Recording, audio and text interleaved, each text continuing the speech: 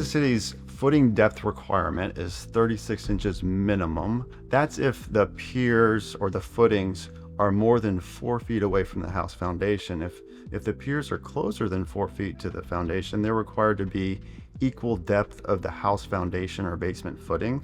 And that's so the pier cannot put lateral pressure on the basement walls. The pier depth is important, but the pier surface area is just as important. Those are two separate measurements, and they're not interchangeable. So the pier depth is what makes sure that that pier doesn't frost heave and lift up out of the ground as the ground freezes and thaws. The pier surface area is what determines how much load it can carry, how much square foot live load and dead load it can carry. So those two things are not interchangeable.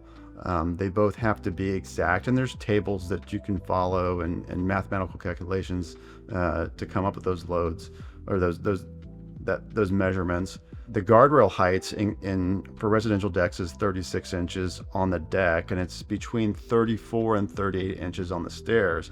Now on the stairs, wherever that lands 34 to 38 inches, it cannot differ down the stairs, meaning that if you measure vertically up from the stair nosing, it can't be 34 inches at the top and 38 inches at the bottom. It's got to be consistent within 3/8 of an inch all the way down the stairs.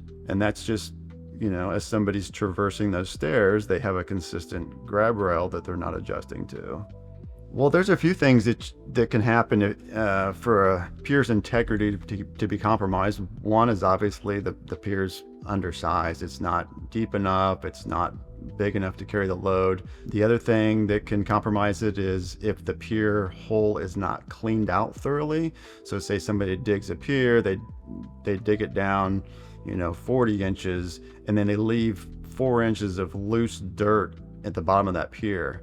Well, when that pier's placed, that loose dirt is going to compact and settle, and that pier is going to drop. So that can affect the integrity of the pier. The other thing that would affect it would be too much water in the hole. We see this a lot, especially when people will dig pier holes and then it will rain.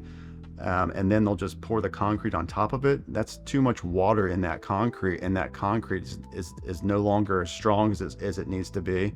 That can compromise the integrity of the pier. We see a lot of guys not mix concrete thoroughly.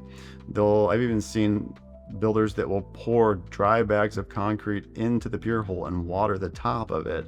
So that is obviously not a thoroughly mixed concrete, and so those chemicals, those compounds in that concrete aren't binding, and they're not creating that maximum psi that concrete's supposed to hold.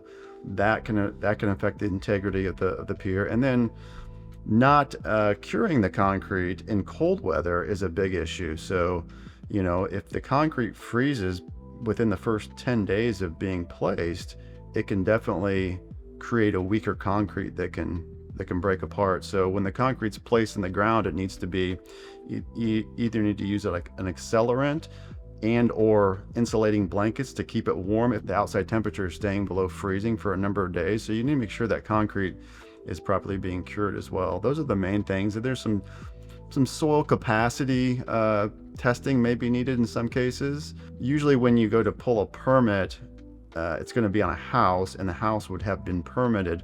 When a house is built and a subdivision is developed, those builders are required to do soil capacity testing on that area, and that will be flagged with that house's property when you go to pull the permit. We've seen it, some like over in Cedar Creek and Olathe, we've seen some brown shale instances where you can't just dig a 36-inch deep pier. We've had to dig them 8-10 feet deep because of the soil, because of the soil quality over there. So those are, there's some other things that can affect the the structural integrity of a pier.